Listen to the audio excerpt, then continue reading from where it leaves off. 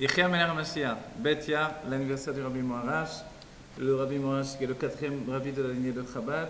Une force particulière, une puissance qui nous est donnée puisque c'est le Baal, le Chatril HaReber. Le Chatril HaReber, c'est l'enseignement qui nous dit que lorsque, a priori, on va donner l'enseignement de base. Le monde dit que quand on ne peut pas passer par-dessous l'épreuve, alors on passera par-dessus. Le Rabbi Morash lui vient nous dire que l'Echatrila, au départ, a priori, je vais passer par-dessus l'épreuve.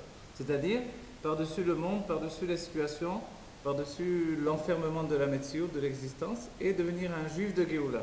Le Rabbi nous explique que, le Rabbi de notre génération, Melech Mashiach, nous explique que il est important d'intégrer cette notion dans notre Avodat Hashem parce elle est un des éléments qui nous permet de nous rapprocher et de vivre intensément l'instant présent comme un instant de Géoula. Donc l'Echatrila Riba, que ce soit au niveau financier, que ce soit au niveau rapport humain, que ce soit au niveau de Mifsaïm, la diffusion de la Chassidut et du judaïsme, il faut être l'Echatrila Riba. Alors voilà, le Rabbi Moarash c'est une personnalité particulière. On sait qu'il était très riche, en apparence tout au moins, et c'est ce qu'il imposait au monde.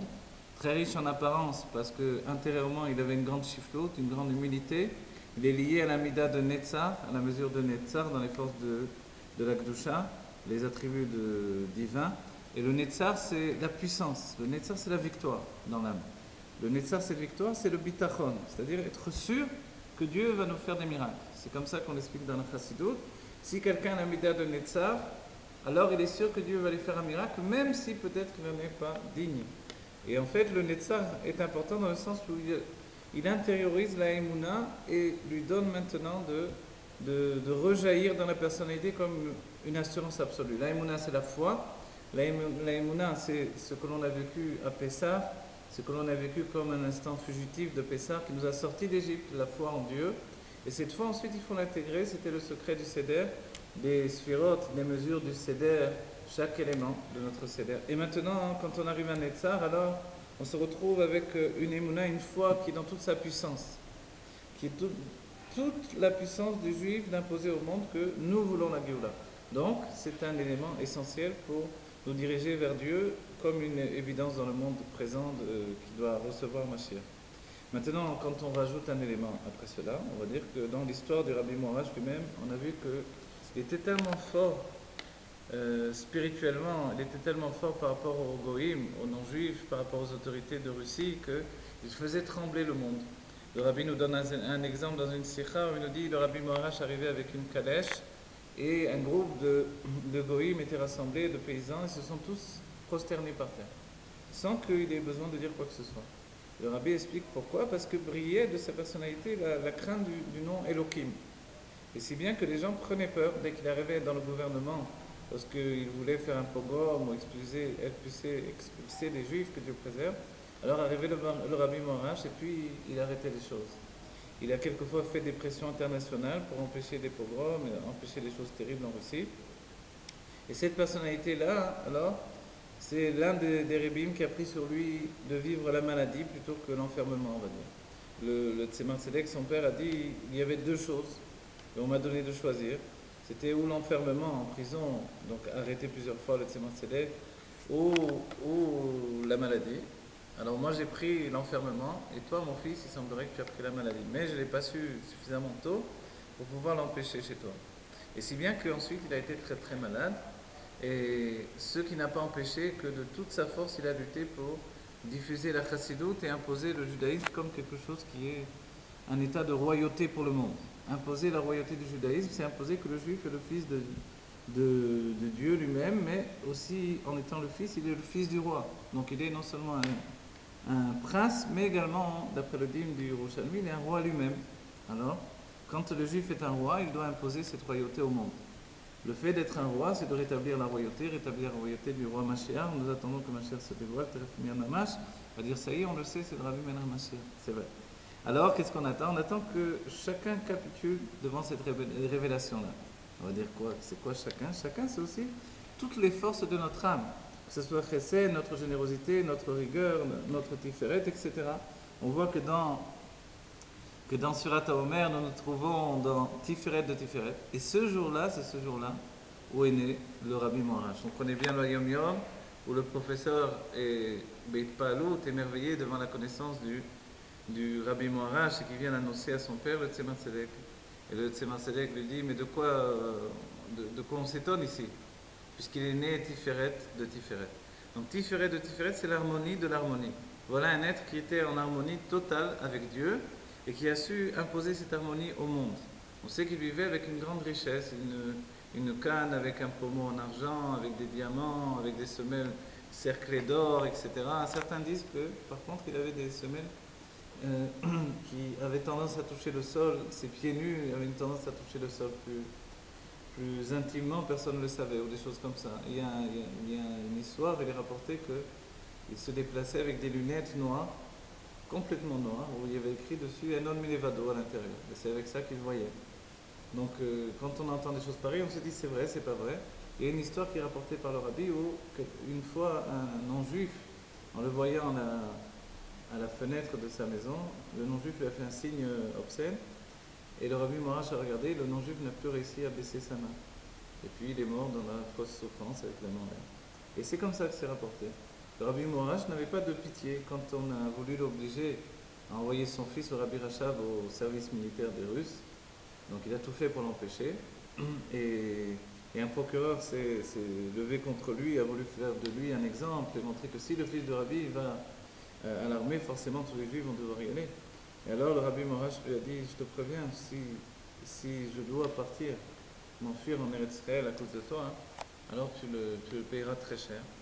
Et finalement, le Rabbi Morash a réussi à empêcher la chose, mais qu'est-ce qui s'est passé ensuite? Il s'est passé que le procureur en question est tombé très très malade. Il était dans des souffrances terribles et sa femme a compris qu'il s'agissait du rabbi. Et elle a été l'implorer, lui demander sa pitié et qu'il enlève ce qui arrivait à son mari. Mais le rabbi Morash n'a pas accepté. Donc, dans le dévoilement, on va dire, c'était quelqu'un de terrible qui faisait peur, qui avait peur de rien dans le sens où il fallait imposer au monde l'amida de Netzach, la force du juif dans toute sa puissance. Et ça, c'est un élément qui est un élément clé pour nous apporter vers la Géoula. Ensuite, son fils sera l'amida de Hod, le rabbi Rachab. Le rabbi Rayatz sera l'amida de Yesod, la mesure de Yesod, la force d'influence. Et on arrivera au rabbi Meir HaMashiach, qui est la royauté. Donc tout ça, c'est un édifice qui commence avec la Chokhmah, l'Anmoazaken. Et cet édifice-là, c'est comme construire les forces de notre âme. Chacun d'entre nous, nous avons besoin de reconstruire des forces de l'âme qui sont des forces récupérées chez des tzadikim, puisque nous-mêmes, nous n'arrivons pas à atteindre la perfection des forces de notre âme. Alors les rébim de Chabad, nous les avons reconstruites, les uns après les autres. Comment on les obtient? Bon, c'est là, on va dire, c'est chez le rabbi, mais est-ce que chez moi, est-ce que c'est intégré? Alors on ne peut les obtenir que par l'attachement au rabbi et à ses enseignements. L'attachement aux enseignements du rabbi, l'étude de sa Torah, peut nous donner d'intégrer dans notre personnalité ces midot, ces sentiments exprimés, qui peuvent devenir tout à coup notre sagesse, devenir notre réflexion. Ça, c'est le niveau de l'Anmoa Msaï. Le Da'at, c'est le niveau du Tzemar Tzedek. Et on a dit donc le Rabbi Morash, le Netzah. La force d'imposer au monde son judaïsme comme une évidence absolue. Ce que le Rabbi attend de chacun d'entre nous aujourd'hui.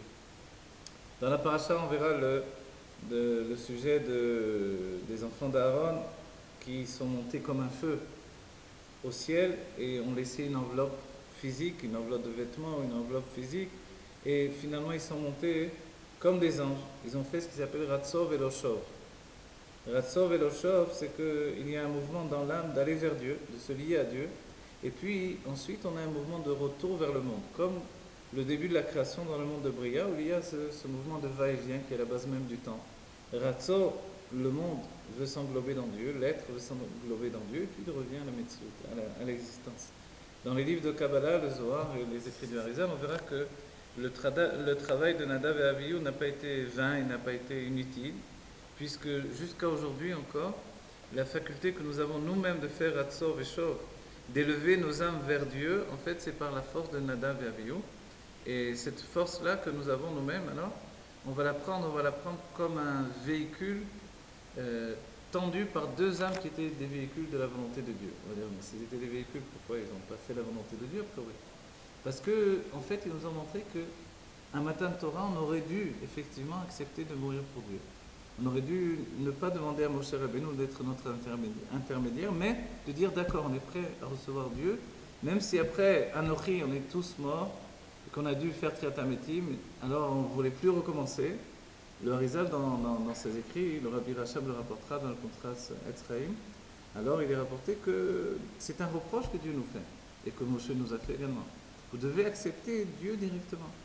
Et c'est pour cela qu'il viendra un temps où finalement on fusionnera avec Dieu, et on aura un itkalelut, on s'englobera dans Dieu, on prendra conscience que Enon Minevado, il n'y a rien d'autre que Dieu, et partie de cette conscience-là, il faudra également, comme on le fait aujourd'hui, et ça c'est le chauve qui est permanent chez nous, le retour à la Metsiout, à l'existence, il faudra avoir également le fait de savoir la mission qui nous a été confiée, de toujours avoir le souci de l'accomplir correctement. Pour ce faire, on a besoin de l'amida de Netzar, du Rabbi Moharaj, la force de l'emporter sur tous les pièges de l'existence et d'être toujours un juif fier de sa situation de juif et qui va au-delà de tout, de toutes les limites et de tous les enfermements. Qu'on vive enfin la Géolam et Teva Shlema, qu'on voit le Rabbi Moharaj et tous les rabbis et qu'on reçoive un rabbi nouveau, un rabbi Melech Mashiach, notre rabbi Melech Mashiach, et qui nous donnera $1 au Bet Amikdash en nous disant Bracha ve'etzlacha pour la Géoula Mitid Vashlema, Teref Umian Mamash. Amen.